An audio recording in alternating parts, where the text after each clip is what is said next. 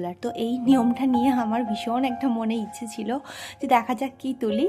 তো তোমরা দেখতেই পারলে যে আমি কিন্তু এক চান্সেই তুলেছি, আর সবাই বলছিল নোরা তুলেছি মানে ছেলে হবে। তো জানি না কী হবে, সেটা তো পরেই দেখা যাবে। তারপরে দেখো আমি কিন্তু সুন্দর করে নিজের মতো করে একটু সেজে নিয়েছি। জানো তো আজকের দিনে পার্লারে দিদি বুক করা ছিল আমার, কিন্তু লাস্ট মুহূর্তে এসে আমি ক্যান্সেল করে দিয়েছি। কিন্তু সবাই বলল তুমি নিজে নিজে সুন্দর করে সাজো। এই শাড়িটা আমাকে আমার মা বাবা সাথে গিফট করেছে।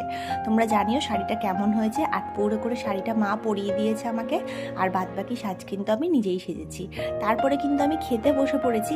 খাবারে ছিল ভাত, 7 রকম ভাজা, 7 রকম মিষ্টি, একটা সুন্দর কেক এনেছিল আমার বর কিনে। এখানে রয়েছে সর্ষে ইলিশ, চিংড়ি মাছের মালাইকারি, এখানে একটা মাছের মাথা দিয়েছে, কাতলা মাছ দিয়েছে, আর ভেজ ডাল ছিল, চাটনি ছিল, পায়েস ছিল, সব কিছুই ছিল। তো যাই হোক, একটা ক্যামেরাম্যান ভাই ছিল, তো ও আমাদের ভিডিও বা ফটো অনেক কিছু তুলে দিয়েছে।